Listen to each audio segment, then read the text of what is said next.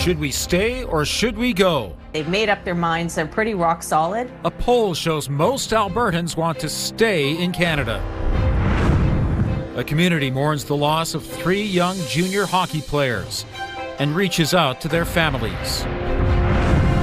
And daylight saving debate. I don't really like it because it changes up my whole circadian rhythm. Talk of a province-wide vote on scrapping it.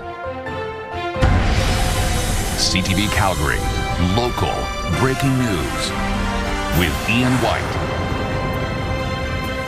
Good afternoon. The vast majority of Albertans wouldn't support separating from Canada if a vote were to be held today. That's according to new polling from the Angus Reid Institute.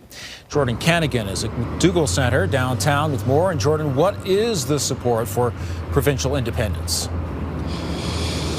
Well, Ian, the latest polling on sovereignty finds that fewer than 3 out of 10 Albertans would vote for separating if a referendum were to be held right away. That means about 65% of people who were asked would prefer to stay in Canada. This is all coming, though, as long lines in busy town halls happen across the province for people looking to sign a petition to force a separation vote.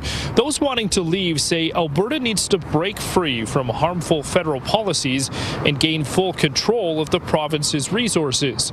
Respondents against leaving worry about the province being landlocked and losing key Canadian services, infrastructure, and programs.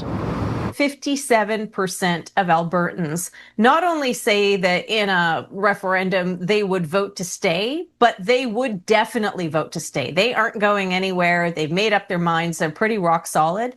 And that number is 7 times larger than the number of Albertans who say they would definitely vote to leave.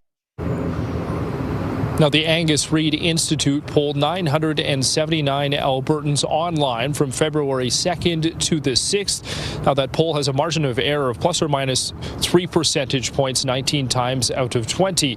Meantime, though, that Alberta independence petition needs about 178,000 signatures by May 2nd in order to force a referendum. Ian? Thank you, Jordan. A Calgary man was killed in a shooting in southern Alberta over the weekend. It happened early Saturday morning in Raymond, about 200 kilometers south of Calgary. RCMP from several communities responded to calls about yelling and 20 shots being fired in the town. A 22-year-old man from Calgary was killed that same day. A 26-year-old Calgary man went to hospital in Lethbridge to be treated for a gunshot wound. Mounties are investigating if that man is connected to the Raymond shooting.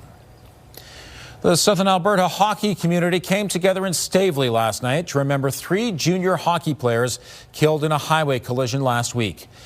A moment of silence and the hockey gear of J.J. Wright and Cameron Casorso, both 18 years old from Kamloops, and 17-year-old Caden Fine from Alabama were laid out on the ice.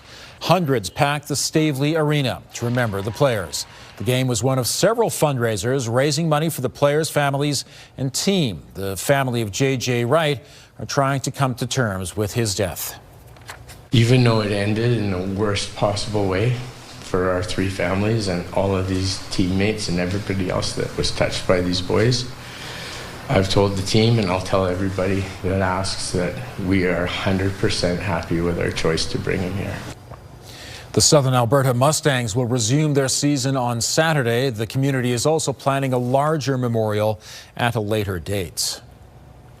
A Calgarian has died and another is seriously injured after they were hit during a tire change. Just before 5 last night, 2 vehicles were pulled over east of Edmonton. Police say both occupants were trying to change a tire when another driver hit them. A 53-year-old Calgary resident was declared dead at the scene. A 21-year-old Calgarian was taken to hospital with life-threatening injuries. And RCMP say they pulled over a driver on Sunday who was going 178 kilometers an hour on the QE2. Police say when they pulled the vehicle over north of Airdrie, they noticed 2 children in the back weren't wearing seatbelts. The driver now has a court appearance scheduled for March. Ski joring is a growing winter sport with fans packing venues like Banff, but not everyone is a fan. Ski joring involves pulling people on skis behind horses. The Calgary Humane Society has received an animal cruelty complaint about the fast-paced sport. As well, animal rights group Animal Justice says the upcoming ski joring event in Calgary may violate Alberta's Animal Protection Act and the Criminal Code of Canada. Ski joring courses often include tight turns, jumps, and obstacles. Documented incidents in North America show horses have been seriously injured or died during similar events. We are concerned that this event inherently puts horses at risk. And in addition to the risk that it puts horses in when they suffer catastrophic injuries and even death as a result, this can also be dangerous to participants and crowds. Ski Joring Canada says the horses are carefully trained for the event, and the organization welcomes questions about animal welfare. Calgary's Ski Joring event takes place February 21st and 22nd at the Confluence. The city wants your input on the Green Line elevated route through the Beltline and downtown. The province threatened to pull funding if the elevated route wasn't adopted. Between now and March 2nd, Calgarians can weigh in on how to make the best of an elevated track. There is an online survey, virtual information sessions, and open houses. The feedback will help advance the design, cost estimates, and potential impacts to existing infrastructure.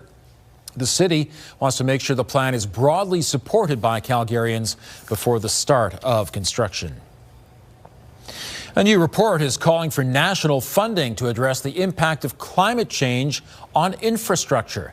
The Canadian Climate Institute's report says climate proofing could save $10 billion a year. It recommends upgrading building materials when projects come up for renewal. The report says top issues are managing heat and stormwater runoff. The analysis calls for government spending to increase by $3 billion a year.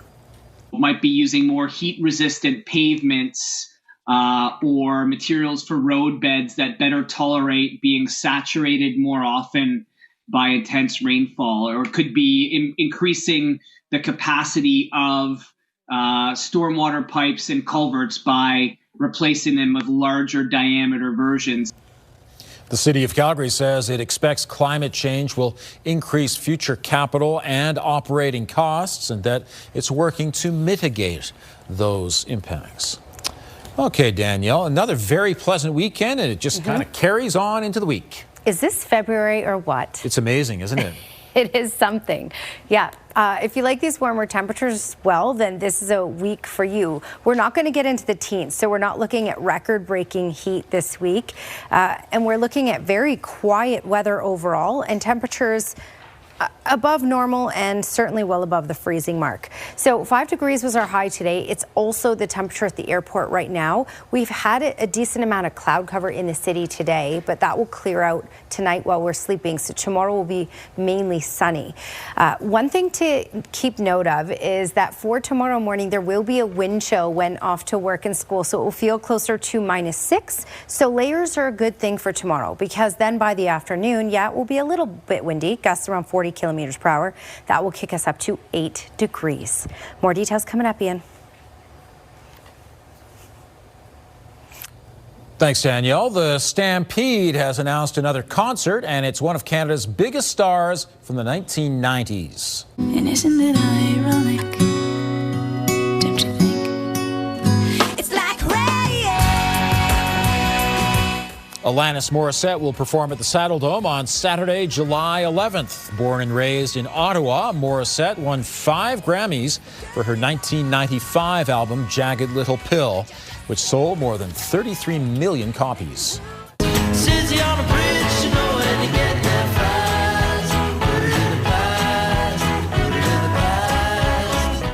And more Canadian performers are coming to Calgary. Sam Roberts' band will perform at Spruce Meadows June 19th as part of the Venues concert series, which runs in tandem with their summer jumping tournaments. Tickets go on sale tomorrow at 10. It is one of the deadliest forms of cancer, and researchers in Calgary are looking for ways to fight glioblastoma. Still to come, why a common vitamin could be added to treatments for this form of brain cancer. Why the province is looking at an Alberta-wide vote on keeping daylight saving time.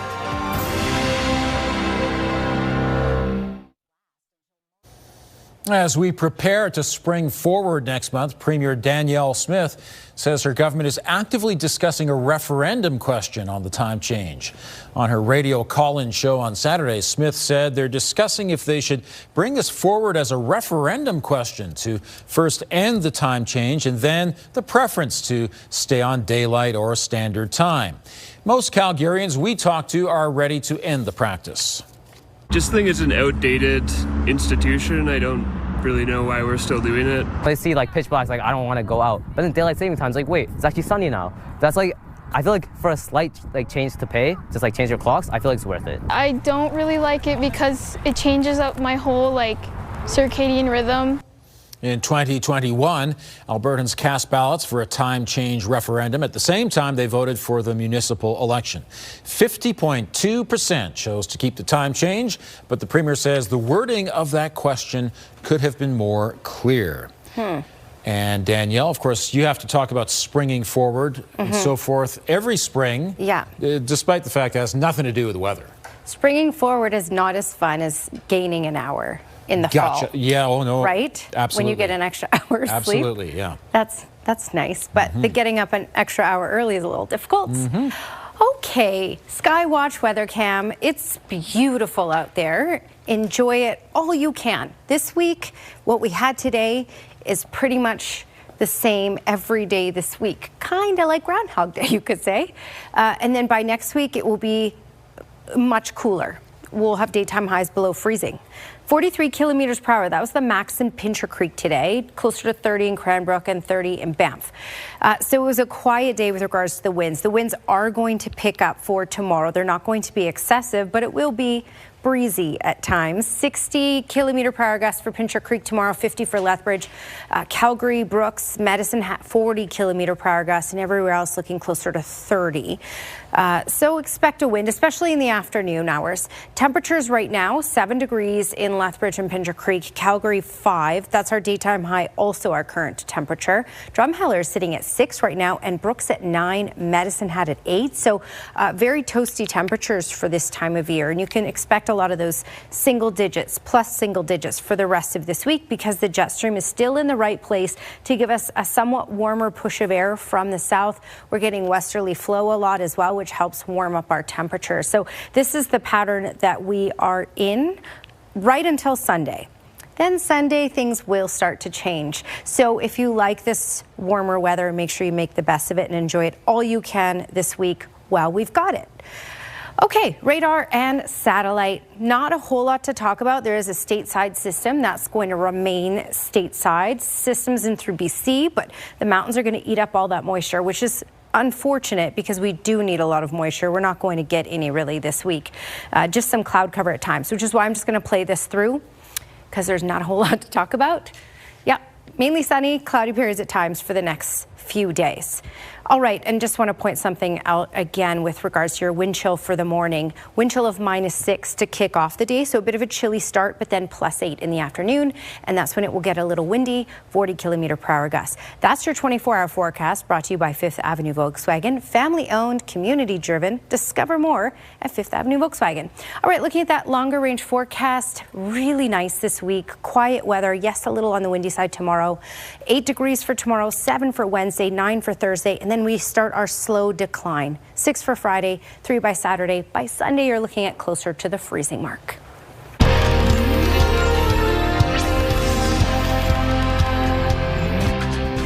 Calgary researchers may have found hope in the fight against aggressive brain cancer by adding a common vitamin to treatment. Edward Waldner was diagnosed with glioblastoma in 2024 after months of unexplained fatigue. He joined a clinical trial at the University of Calgary testing niacin, vitamin B3, alongside standard surgical and chemotherapy treatment. According to the study, 82% of patients in the study saw their cancer held off at 6 months, a dramatic improvement over typical outcomes. Waldner's family says being part of the trial offers both hope and a sense of community. It gives you hope when there's hopelessness and negativity. And coming here and seeing Dr. Roldan and, you know, in the team, and they can say, great job, Ed, you're doing wonderful. And we're a team together as a family and our extended family, and just adds another layer of the cheerleading, because there is no support. We had nothing. When we heard the glioblastoma, there was nothing. When we went for treatment, there was nothing. Researchers caution these are early results, and the doses of niacin used in the trial are not safe outside medical supervision.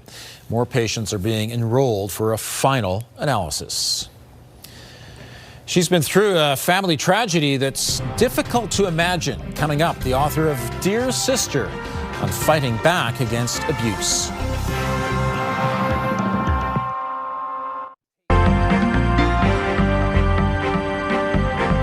A legal squabble today involving companies involved in the production of weight loss drugs. Joining me is Liana Wachniak, investment advisor with the Popowich-Kermally Advisory Group. And Liana, what happened on the markets today?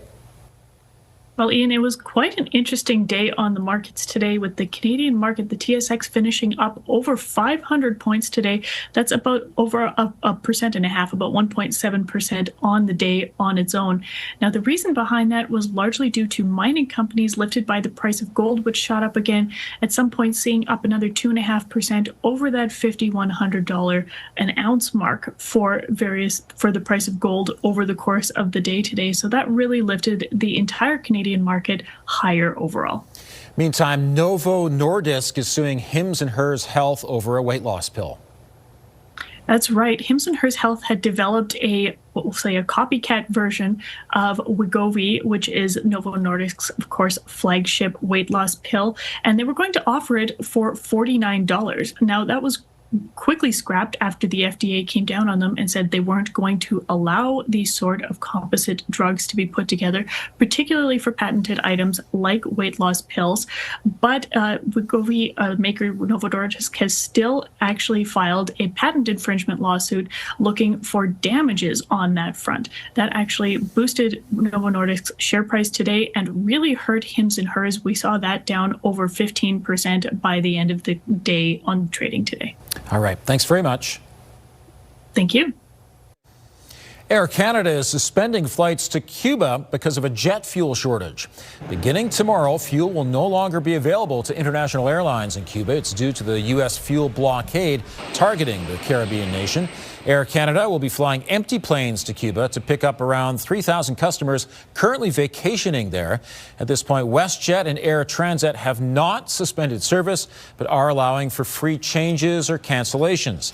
The airline fuel shortage is expected to last until at least March 11th. WestJet is adding 3 new flights from Calgary to improve regional connectivity. The summer schedule will now include non-stop routes to Sault Ste. Marie, North Bay, and Campbell River. The airline will also be offering a flight between Edmonton and Terrace, BC. The vast majority of Albertans don't support separating from Canada. Here's Tara Nelson with a look ahead to CTV News at 6. Hi, Ian. The Angus Reid poll found if a vote were held today, 65% of respondents would vote to stay in Canada. Coming up at 6, how Calgarians are feeling about all this separation talk. Also ahead, a Calgary man is dead after multiple rounds of gunfire. It happened this weekend in the southern Alberta town of Raymond. Still to come, RCMP share details about their investigation tonight. Ian. Thanks, Tara. Michelle Horton shares her story in Dear Sister, and it's a story no one would envy. Her sister Nikki served time in prison after murdering her husband. Michelle took care of her sister's young kids, and once it became apparent Nikki had been abused, she was released. Michelle is in Calgary for an International Women's Day event in March, and joining us is Michelle Horton from upstate New York. Thanks for joining us today.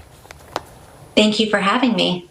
First of all, your sister spent several years away from her children. She is reunited with them now. What's their relationship like now? Right in this moment, my sister is actually out celebrating her 11-year-old's birthday together. So they, we really did a large amount of work to maintain the connection between them, even when she was in prison. And it is paying off now, and they have a very loving relationship. Mm-hmm. Now tell us about that phone call, that awful phone call that you got where you learned what had happened with your sister and her husband.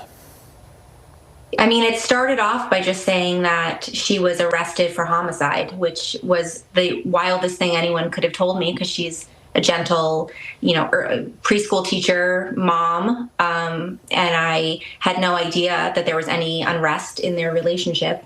And then from there, it very quickly was revealed that my sister was in a horrifically violent relationship, sexual violence, physical violence, all of it. And it escalated to a point where Child Protective Services had an instinct that something was wrong and investigated. And then he attempted to do what so many abusers do in the end, is a murder-suicide. And thankfully, luckily, she thwarted that. But unfortunately, she was then ushered into the prison system. To see my extended interview with Michelle Horton, visit ctvnewscalgary.ca. We're looking ahead to remarkably consistent weather this week. Right now in Calgary, it's mostly cloudy, plus 3 degrees. Danielle has the details coming up.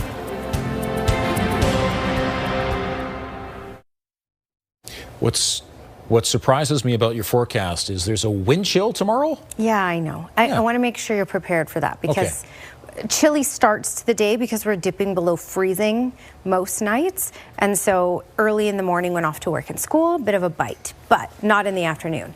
It says today's high of 8. Today's high was actually 5, and we're now sitting at 3.